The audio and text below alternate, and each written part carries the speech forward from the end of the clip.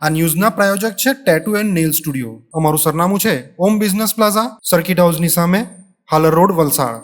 અને પ્રીત estate agency.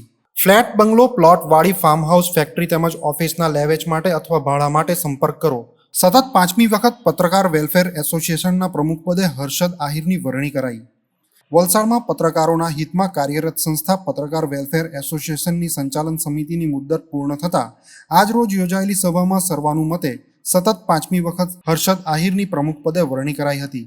પત્રકારોના પોતિકા સંગઠન પત્રકાર વેલફેર એસોસિએશન વલસાડ દ્વારા પત્રકારોના હિતમાં વિવિધ કાર્યક્રમો યોજવામાં આવે છે. આ ઉપરાંત જરૂરિયાતમંદોને જુદી જુદી રીતે સહાય કરવાના કાર્યક્રમો પણ કરવામાં આવે છે. છેલ્લા 4 વર્ષથી વલસાડમાં એસોસિએશન દ્વારા મીડિયા એવોર્ડ સમારંભ અને વલસાડના વિશિષ્ટ નાગરિકોનું સન્માન સમારંભ પણ યોજવામાં આવે છે, જેની ગુજરાતભરમાં નોંધ લેવાય છે.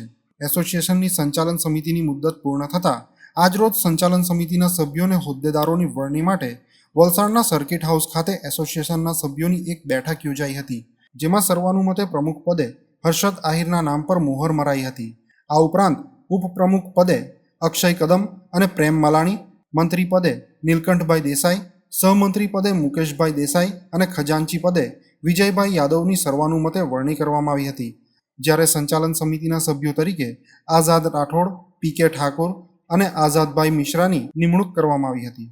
આ બેઠકમાં વલસાડના સિનિયર પત્રકારો બ્રિજેશ શાહ, અપૂર્વ પારેખ, નિમેશ પટેલ, ફિરોઝ સિંધી, પુણ્યપાલ શાહ સહિતનાઓએ ભવિષ્યમાં એસોસિએશન દ્વારા કરવાની પ્રવૃત્તિ અંગે ખૂબ જ ઉપયોગી માર્ગદર્શન આપ્યું હતું.